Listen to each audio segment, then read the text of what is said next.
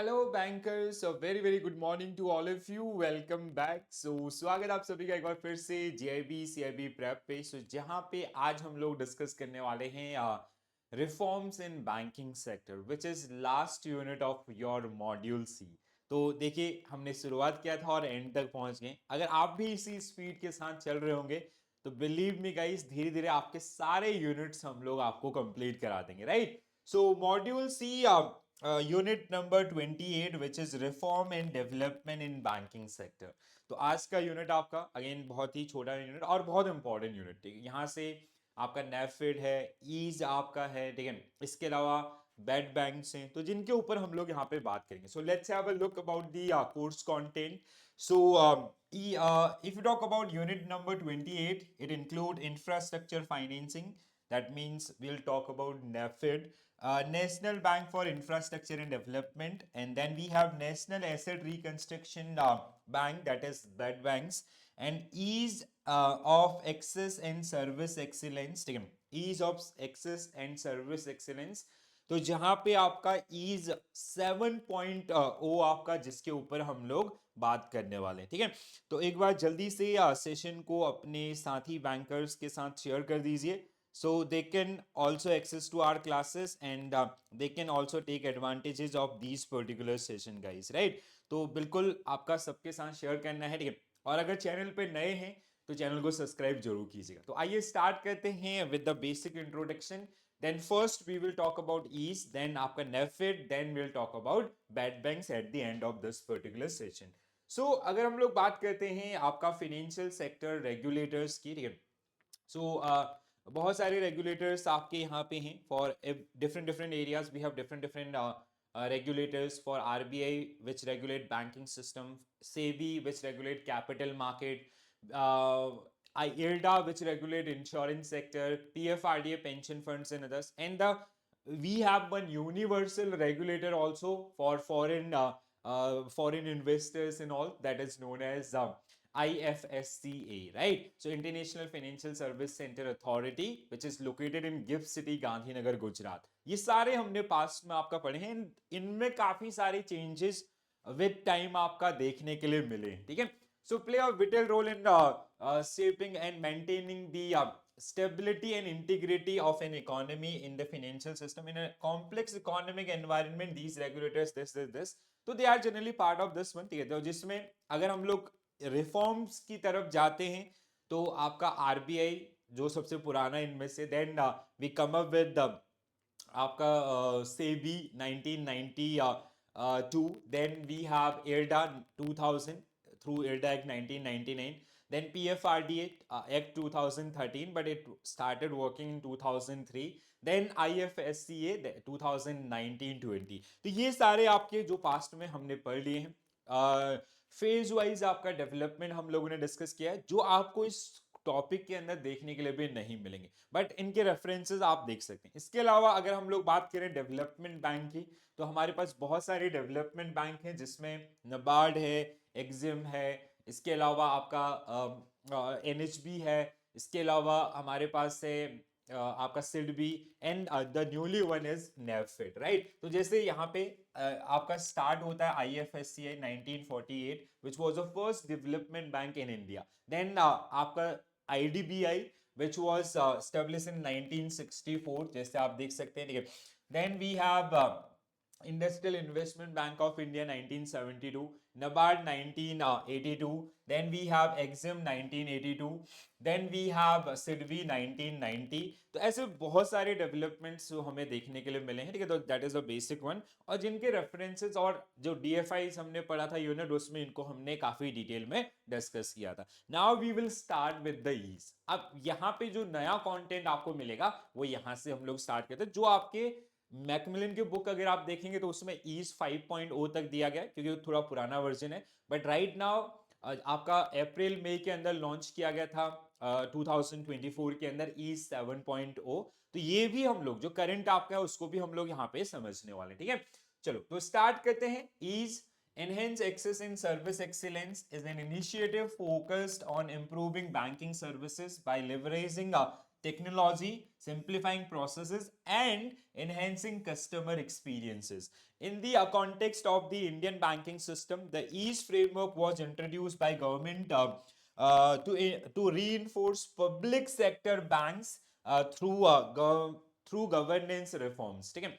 तो basically ease की जो एप्लीकेबिलिटी है वो आपका किसके संबंध में, पब्लिक सेक्टर बैंक्स की उसमें, एंड जो गवर्नेंस रिफॉर्म्स आपके हैं उसी का ये आपका पार्ट है. So we have 7 EASE so far. ठीक है. इन सभी को हम लोग वन बाय वन आपका डिटेल में भी जाएंगे. ठीक है. Like first EASE was introduce in 2018, then 2019, then 2020, then 2021, 22 and 23, 24 ऐसे आपको मिलेंगे. ठीक है. सो अगर हम लोग will come to this particular part later on, थोड़ा सा आगे का जो इनका बेसिक्स है उसके ऊपर बात कर लेते हैं. ठीक है. 2022, 2023 एंड 2024. ठीक है. So I took this particular one from your IBA Indian Bank Association website. तो जहाँ पे ये सारी चीजें इनके ऊपर हम लोग डिस्कशन करेंगे. उससे पहले थोड़ा सा ऑब्जेक्टिव के बारे में बात कर लेते हैं. ठीक है. So enhance customer experience is the priority in each version of all these 7 E's, right? So to improve the quality and accessibility of banking services for customers. Second one is promote digital banking. ठीक है. इस दौरान digital banking का growth कई fold में आपका increase हुआ. ठीक है. तो increase the adoption of digital banking channels and reduce the reliance on physical branches, improve governance and oversight. So to enhance governance in public sector bank through better accountability and transparency, and encourage responsible banking to instill a responsible banking culture, emphasis customer right and ethical practices in the public sector bank. So these are some major objectives of this ease scheme or ease initiative. ठीक है. सो ease आपका सबसे पहले launch हुआ था 2018 के अंदर, जनवरी 2018. That focus on 6 themes. ठीक है. 6 मेजर एरियाज जिनके ऊपर ये फोकस कर रहा था. जैसे customer responsiveness, responsible banking, credit quality, then we have PCA banks prompt corrective actions. ठीक है. Then we have public sector bank as Udyam Mitra for MSMEs and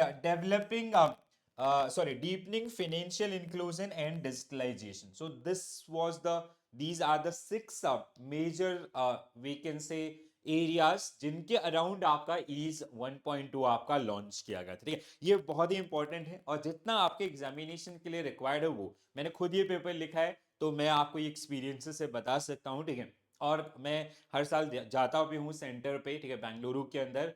तो वहां से कैंडिडेट्स के साथ इंटरेक्शंस भी होता है. तो they generally also share their like we can say review on the examination. EASE 2.0 2019 आपका built on the foundation of ease 1.0. जैसे ease 1.0 के अंदर जो 6 पैरामीटर्स थे, so it is a kind of reform and refined way of ease 1.0. ठीक है.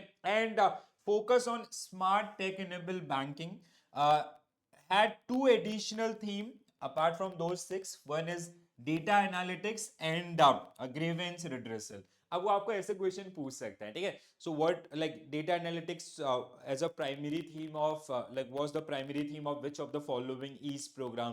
तो इस तरीके से भी थोड़ा सा आपको इनको रिवाइज करना पड़ेगा. 20 आपका ईज 3.0 जब लॉन्च किया गया. Focus on smart lending, enhance customer experiences, optimize processes and collaboration between bank, introduce performance scoring of bank here, right? तो यहाँ पे बैंकों की जो परफॉर्मेंस आपकी है, जैसा आप लोग देखते हो ना कई बार मतलब अब यहाँ पे रेट दिया जाता है. जितने भी पब्लिक सेक्टर बैंक हैं आपके 12, उनकी रेटिंग्स आपका यहाँ से आना स्टार्ट हुआ. ठीक है. EASE 4.0 2021 February. Focus on digitalization, process optimization, workforce management, and grievance redressal. Introduce ease banking reforms index to track the progress. तो यहाँ से प्रॉपर एक इंडेक्स आपका बनाया गया जिसमें बैंकों की आपकी रेटिंग्स आपको अवेलेबल होगी. ठीक है. नेक्स्ट आपका ease 5.0 2022 September.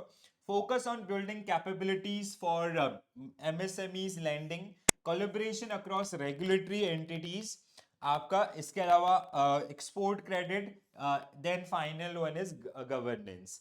aim to continue the agenda of reforms to enhance ease of banking in India, right? Next one we have, अब आपकी बुक में 5 ही दिए गए हैं अगर आप मैकमिलन की बुक को फॉलो करोगे, but 6 and 7 are also available, और 7 सबसे ज्यादा इंपॉर्टेंट हो जाता है, ठीक है।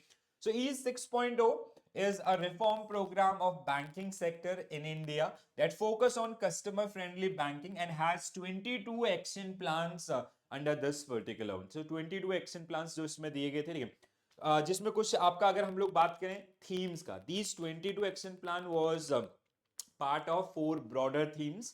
तो एक्शन प्लान आपसे नहीं पूछेगा, बट ये आपको पूछने की प्रोबेबिलिटी हाई हो जाती है। पहला, customer services, so delivering excellence in customer services through technology, digital and analytics, so improving business through digital and analytics, technology and data, building capabilities with technology and data, people and HR, developing people and improving HR operation in the public sector bank. So these were the 4 major themes of your E 6.0. Now the current one is E 7.0. Okay, so it was introduced in April 2024 जब इसको आपका launch किया गया था, ठीक है। And E 7.0 focus on assessing risk, managing non performing asset, financial inclusion, customer services and digital transformation. Women, आपका women credit के ऊपर आपका इसमें फोकस दिया गया, इसके जो पॉइंटर्स थे। सो women played a key role in the recent general election, accounting for around 320 जैसे आपका, और इसी पे like women credit is also a focus of this particular one, ठीक है। So customer experiences, इसके अलावा efficient and transparent services, technology adoption, people and culture, governance and accountability. So these are the 5 key themes of EASE 7.2. क्या क्या 5 theme है? Please put these particular theme in your on your fingertips. पहला आपका first one is Viksit Bharat. So this is the first one, Viksit Bharat. Again, I picked this one directly from IBA website. Second one is excellence in customer services. Third one is adoption of new age technology and other advanced capabilities, ठीक है। और fourth one is effective risk fraud management and collection and recovery. And the final one is developing employees for emerging banking priorities, right? So this is all about your ease. तो सबसे पहला portion आपका reforms in banking sector, जिसमें ease आपका सबसे ज्यादा important topic है, because ये आपको किसी और टॉपिक में या किसी और मॉड्यूल के अंदर या किसी और सब्जेक्ट के अंदर देखने के लिए नहीं मिलेगा, तो इसलिए इसकी जो इंपॉर्टेंस है वो आपका थोड़ा सा और ज्यादा हो जाती है। आई होप सबको समझ में आया होगा। अगर कोई डाउट है तो आप अपने डाउट्स कमेंट्स में लिख सकते हैं, ठीक है। Now will talk about NaBFID. So National Bank for Financing Infrastructure and Development. So एक नया डेवलपमेंट बैंक आपका क्रिएट किया गया, जिसका मोटिव है आपका जो लॉन्ग टर्म इंफ्रास्ट्रक्चर प्रोजेक्ट है उनकी फाइनेंसिंग, उसके लिए बॉन्ड के थ्रू या अदर अरेंजमेंट आपका करना, ठीक है। और कहीं ना कहीं आज के डेट में जो इंडियन इकोनॉमी है या इंडियन गवर्नमेंट है, they are more focusing on the infrastructure related project and others, तो कहीं ना कहीं काफी आपका इंपॉर्टेंट हो जाता है, ठीक है। तो अगर हम लोग बात करें, National Bank for Financing Infrastructure and Development is a newly established institution in India focusing on financing of infrastructure and development project. So it was founded in 2021 through NaBFID act, ठीक है। इसके लिए स्पेशल आपका statutory company की तरह generally ये काम करते हैं, तो इसको भी एक स्टैच्यूरी कंपनी की तरह आपका डेवलप किया गया। Create to support the development of long term non recourse infrastructure financing. Non recourse means without any security, ठीक है। with recourse and without recourse जैसे हम लोग बोलते हैं, ठीक है। Financing in India including the development of bonds and derivative market necessary for infrastructure financing. तो alternative source of finance for infrastructure financing हम लोग जिसको बोल सकते हैं, ठीक है। अगर हम लोग बात करें आपका स्टेब्लिशमेंट ऑफ नेफिड की, so NaBFID will set up as a corporate body with authorized share capital of 1 lakh crore, जो यहाँ पे एग्जामिनेशन में पूछा गया था, ठीक है। शेयर ऑफ नेफिड में बी हेल्ड बाय कौन कौन से? Central government, multinational institution, sovereign wealth funds, pension funds, insurer, financial institution, bank, and any other institution prescribed by the central government. Initially, central government will own 100% of share of this particular institution, which will may subsequently to be reduced to 26% आपका, ठीक है. तो overall जो आपका structure बनाएगा, तो infrastructure financing is the primary goal of this particular organization. Apart from this, development financing support development project that align with national priorities and sustainable development. Catalyzing institutional investment, act as a catalyst to attract the investment from domestic and international institution into the infrastructure sector of the company, right? So that is the one. तो जो इसमें आपका इसका portion आपका रहा है, ठीक है. चलो तो आगे बढ़ते हैं. आपका next one, component of infrastructure. Now we are talking about infrastructure. तो कहाँ कहाँ पे है, अगेन बहुत बेसिक सा है, ठीक है. तो इंफ्रास्ट्रक्चर के बेसिक एरियाज जैसे कंस्ट्रक्शन, आपका इलेक्ट्रिसिटी जनरेशन, आपका gas, water, non conventional energy generation, railway track, इसके अलावा single system and stations, road and bridge, runway and other airport facilities, telephone lines, telecommunication pipelines, waterways, port, canal and sanitation and sewages. Okay, so these are the this is the focus area for the NAFID. इन सब area से related जो project है उनको finance करने के लिए या refinance करने के लिए आपका बिल्डअप किया गया नेफेड को, ठीक है, विद मेजर ऑब्जेक्टिव. जैसे कुछ मेजर फंक्शंस की अगर हम लोग बात करें, I hope now everybody is getting these particular thing clearly, ठीक है. So जैसे extending loan and advances for infrastructure project, taking over refinancing such existing loans, attracting investment from private sector investors and institutional investors from for infrastructure project, organizing and facilitating foreign participation in infrastructure project, facilitating a negotiation with various government authorities for dispute resolution in the field of infrastructure financing, and providing consultancy services in infrastructure financing. So these are some major role and responsibilities which are generally played by the NAFID आपका, ठीक है. तो नेफेड के द्वारा ये सारे जो आपका काम किए जाते हैं, ठीक है. मैनेजमेंट की अगर हम लोग बात करें नेफेड का, इसका जो बोर्ड ऑफ डायरेक्टर होगा, so NaBFID will govern by board of directors. The member of board include, जैसे चेयरपर्सन आपका, ठीक है, appointed by central government in consultation with RBI. Managing director, इसके अलावा up to 3 deputy managing directors, 2 director nominated by central government, up to 3 director elected by shareholders, a few independent director. A body constituted by the central government will recommend candidate for the post of managing director and deputy managing director. The board will appoint independent director based on recommendations of an internal committee. In October 2021, banking veteran Sri KV Kamath has been designated as the first chairman of this particular organization, ठीक है. तो कई बार वो board से related question आपको पूछ लेता है, ठीक है, बोर्ड ऑफ डायरेक्टर्स या अदर्स इनसे related. So please do remember this particular one also. Now the third part of this particular unit which is bad banks, which is something related to bad bank, ठीक है. So national asset reconstruction limited, तो उसका जो background है that is something related to bad banks, ठीक है. अब इसके बारे में आप लोग थोड़ा बहुत जानते भी हैं, ठीक है. So it is generally like इसको इसके फॉर्मेशन के पीछे रीजन यही था कि जो हमारे बैंक से उनके बैलेंस शीट को क्लीन करना, ठीक है.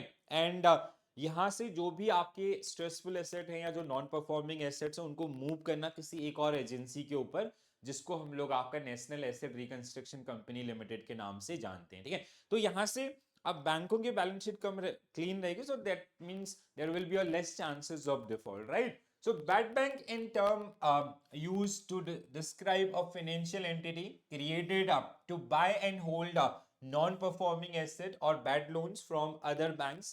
This concept is implemented to segregate bad loans from the balance sheet of the original bank, allowing them to focus on their core banking activities, ठीक है. तो सिंपल सा आपका बैंकों के बैलेंस शीट को क्लीन करना is the only objective of this institution.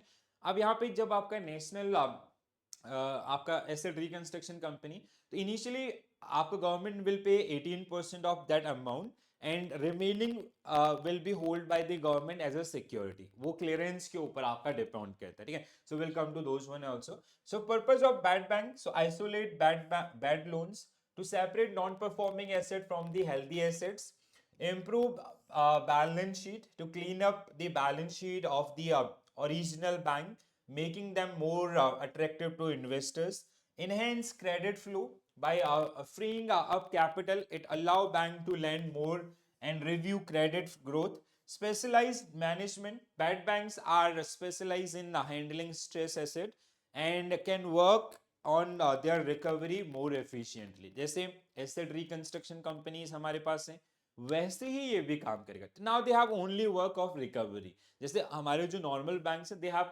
मतलब बहुत सारे एक्टिविटीज में हम लोग आपका एंगेज रहते हैं, बट इनका सिर्फ और सिर्फ एक ही काम होगा, to recover the non performing assets. तो कहीं ना कहीं वो आपका और ज्यादा कॉन्सेंट्रेट होकर आपका क्या कर पाएंगे, काम कर पाएंगे, राइट। सो अगर हम लोग बात करें पहले बैड बैंक का, सो national asset reconstruction bank, NARCL, it is a bad bank set by government of India and RBI to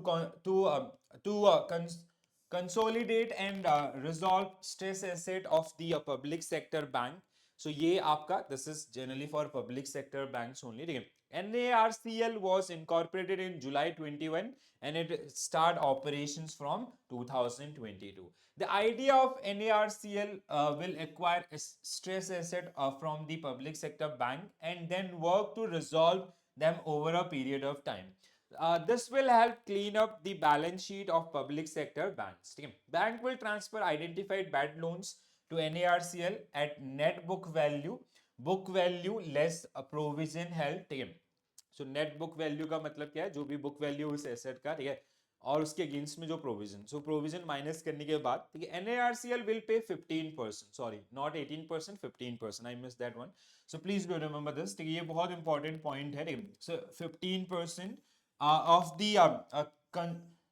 of the consideration amount, ठीक है, कंसिडरेशन अमाउंट में 10 अमाउंट, ठीक है, आपका बुक वैल्यू माइनस प्रोविजंस, उसका 15% will be paid by the NARCL, ठीक है, to the bank, and remaining will be as a kind of security in cash, and issue security receipt for the balance 85% to the bank. NARCL has been set up as a bad bank for around 2 lakh crores of stress asset of the public sector bank. Private sector bank can also transfer their NPAs to this, ठीक है। अब ये facility किसके पास है, मतलब initially the bank was focused on public sector bank. Now private sector bank, they can also use the benefit of this, ठीक है। NARCL will focus on resolving these bad asset through various means, जैसे आपका restructuring, इसके अलावा selling to ARCs, asset reconstruction companies, invoking changes in ownership under the IBC etcetera, ठीक है, insolvency and bankruptcy code. तो ये आपका मेजर जो एरियाज रहेंगे, ठीक है। So this is it. तो ये आपका रिफॉर्म्स इन बैंकिंग सेक्टर। अब यहाँ पे रिफॉर्म्स में मतलब वो वाला रिफॉर्म्स में मत जाइएगा आपका pre independence, post independence, nationalisation, no, that भी ऑलरेडी कवर, और वो आप अगर अपने मैकमिलन के बुक भी उठा करके देखेंगे उसमें भी वो नहीं दिया गया, ठीक है। यहाँ पे सिर्फ और सिर्फ मैंने आपको कोर्स कंटेंट दिखाया, और उस कोर्स कंटेंट में सबसे इंपॉर्टेंट पार्ट पे आता है ईज, आपका NARCL एंड नेफिड हमने DFI में भी पढ़ा है, तो थोड़ा सा आसान आपका हो जाता है, ठीक है। सो आई होप सबको समझ में आया होगा। कैसा लगा सेशन जरूर बताइए कमेंट्स के थ्रू, एंड अगर पसंद आए तो लाइक जरूर करें और अपने दोस्तों के साथ शेयर जरूर करें, ठीक है। बताएं उनको कि रेगुलर पढ़ने का फायदा क्या होता है, ठीक है। तो इस तरीके से हमने पिछले आपका 10 to 15 डेज के अंदर अपना एक मॉड्यूल कंप्लीट कर लिया। कल से हम लोग शुरुआत करेंगे module D, which is the most important from your INIFS, right. तो बहुत सारे क्वेश्चंस आपको मॉड्यूल डी से पूछे जाएंगे। We have in total 17 units which are generally part of module D, और वहां पे कंटेंट काफी ज्यादा है, काफी डिटेल में हम लोग चीजों को वैसे आपका स्टडी करने वाले, ठीक है। And I will provide a compilation of the entire module also. तो जब भी आप फ्री होते एक साथ बैठें, आराम से पढ़ें और समझें। नोट्स आई विल शेयर, ये PDF आपको मिल जाएंगे। टेलीग्राम ग्रुप का लिंक आपको कमेंट्स में मेंशन किया गया, वहां पे ज्वाइन कर लीजिए। कोई भी अदर हेल्प की रिक्वायरमेंट होती है तो उसके लिए भी आप हमारे साथ कहीं ना कहीं अपने डाउट शेयर कर सकते हैं, या जो आपकी क्वेरीज हैं वो आप हमारे साथ शेयर कर सकते हैं, ठीक है। बहुत कम दिन बचे हैं गाइस, बिलीव मी, 45 डेज ऐसे निकल जाएंगे पता नहीं चलेगा, ठीक है। 60 डेज में नहीं बोलता, 45 डेज, क्योंकि उसमें कुछ दिन तो आपके ऐसी छुट्टियों में निकल जाएंगे, ठीक है। अब इन डेज को बेस्ट वे में यूटिलाइज करना, अभी भी कुछ लेट नहीं हुआ, रेगुलर बेसिस पे कंट्रीब्यूट करें, चीजों को पढ़ें, समझें, क्वेश्चंस लेके आए, डाउट हम लोग सॉल्व करेंगे, ठीक है। तो पहले हम लोग आपके फंडामेंटल्स पे काम करेंगे, then unit wise MCQs, then आपका module wise marathon, and then final marathon, then आप एग्जाम में जाएंगे और 70 प्लस स्कोर करके आएंगे, ठीक है। सो ये हमारा आपको प्रॉमिस है और बहुत अच्छे से स्कोर कर पाएंगे, ठीक है। सो रेगुलर बेसिस पे पढ़ते रहिए और बढ़िया से बढ़ते रहिए, राइट। तो आज के लिए इतना ही करते गाइस, तो this is it from my side, thank you for joining this particular session, bye bye, take care all, have a nice day, thank you.